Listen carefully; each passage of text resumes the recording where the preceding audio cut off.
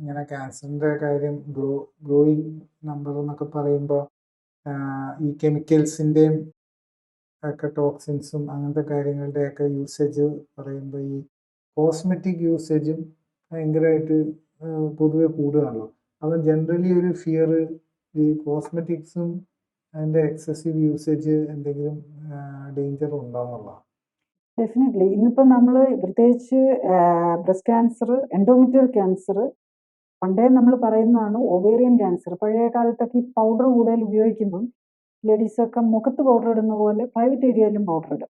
അത് ovarian cancer കൂട്ടുമെന്ന് പണ്ടേ അറിയാവുന്ന കാര്യം. ഞങ്ങളൊക്കെ ഈ 1980s തന്നെ പഠിക്കുന്ന കാലത്ത് തന്നെ പറയുന്ന ഒരു കാര്യമാണ്.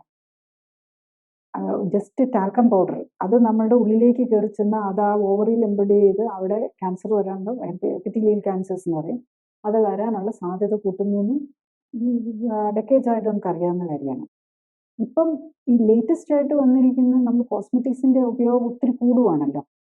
അപ്പം അതിൽ പ്രത്യേകിച്ച് ഈ ഹെയർ ട്രീറ്റ്മെന്റ്, ഇപ്പം ഐ തിങ്ക് ഞാനൊരു വൺ ഇയർ ബാക്ക് എന്തോ ഞാനൊരു ന്യൂസ് കണ്ടിരുന്നു, US ഭയങ്കര ക്യാമ്പയിൻ നടക്കുകയാണ് അബൌട്ട് എൻഡോമെട്രിയൽ ക്യാൻസർ വരാൻ കാരണം നമ്മൾ ഈ ഇതിന് നമ്മളെ ഹെയർ ട്രീറ്റ്മെന്റിന് വേണ്ടിയിട്ട് ഹെയർ സ്ട്രെങ്തനിങ്, കേളിങ്ങിനൊക്കെ ഉപയോഗിക്കുന്ന ഓരോ കെമിക്കൽസ് ഉണ്ടല്ലോ, അതുമായിട്ട് റിലേറ്റഡ് ആണ്.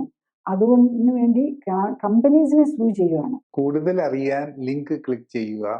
കൂടുതൽ വീഡിയോകൾക്കായി സബ്സ്ക്രൈബ് ബട്ടൺ അമർത്തുക.